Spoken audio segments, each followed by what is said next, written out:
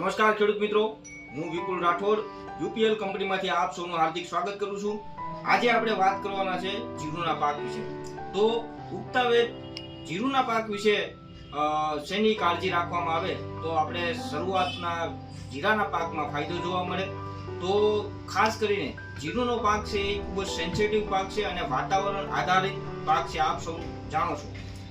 જીરુના પાકની અંદર શરૂઆતની અંદર જો એની અંદર કાળજી લેવામાં આવે તો ખૂબ જ સારા પરિણામ એની અંદર જોવા મળે છે. અને શરૂઆતમાં આપણે એની કાળજી વધારે રાખવી પડે છે, કારણ કે નાના છોડ છે એને વાતાવરણની ખૂબ જ વધારે અસર પડતી હોય છે. તો આ પાક છે આપણે ખૂબ જ નફાકારક છે. તો શરૂઆતમાં જો સારી ટ્રીટમેન્ટ લેવામાં આવે તો એને લાંબા ગાળા સુધી વધારે પડતી રોગ કે જીવાત એના આપણા પાક ઉપર એનાથી આપણે દૂર રાખી શકીએ છીએ. તો કઈ એવી દવા છે કે જેનાથી આપણે શરૂઆતથી આપણે એને ફાયદો થાય અને લાંબા ગાળા સુધી આપણા પાકને સુરક્ષિત રાખી શકીએ, તો એની થોડીક ચર્ચા કરીએ.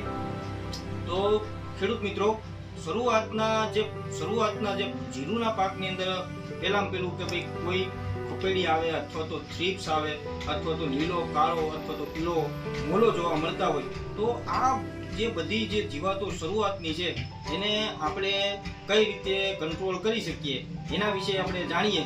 તો જો ખપેડીને એવું જોવા મળતું હોય તો તમે કોઈ પણ દવાનો છંટકાવ કરો એના ભેગું આપણે યુપીએલ કંપનીનું તમે ફોસ્કિલ છે એ તમે છંટકાવ કરી અને ખપેડીથી આપણા પાકને રક્ષણ મેળવી શકો છો.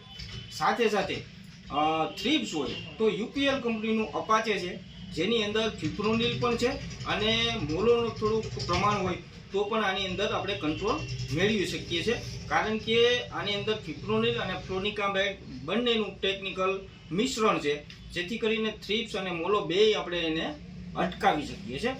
સાથે સાથે એકલો જો મોલો હોય, વધારે પ્રમાણમાં મોલો હોય આપણા પાકની અંદર, તો ઉલાળાનો પણ તમે છંટકાવ કરી શકો, જેથી કરીને તમને લાંબા ગાળો અને એક જ સાથે તમે એની અંદર મોલોમાં કંટ્રોલ કરી શકો છો.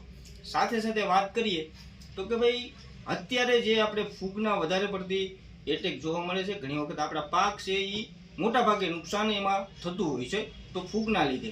તો ફૂગ માટે પણ તમે જો પ્રથમ છંટકાવ કરો છો તો આપણું યુપીએલ કંપનીનું સાપ અથવા તો આપણું યુપીએલ કંપનીનું એવાન્સર બેમાંથી એક કોઈ પણ શરૂઆતના પ્રથમ સ્પ્રેમાં તમે આપી શકો છો. શા માટે?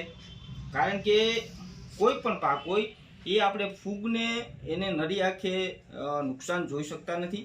નુકસાન ઘણી વખત આવી ગયા પછી આપણે એ નુકસાન જોઈએ છે. તો આપણા પાકને નુકસાન થતું અટકાવવા માટે શરૂઆતથી ફૂગનો સ્પ્રે કરવો જરૂરી છે.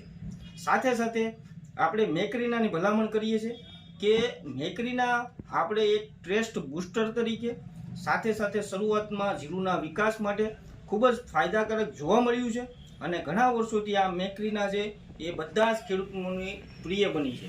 હવે બીજી વાત કરીએ તો કે ભાઈ શરૂઆતમાં સુકારો પણ આપણે જોવા મળતો હોય છે.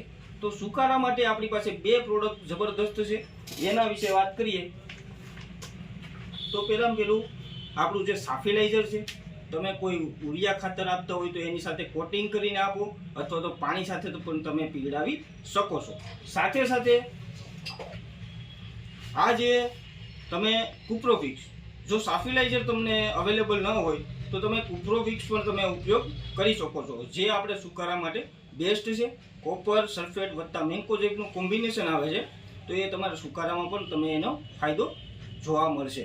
આ સાથે તમામ ખેડૂત ભાઈઓ જીરુના પાકના શરૂઆતની અંદર ખૂબ જ સારી સફળતા મેળવે એ સાથે આભાર.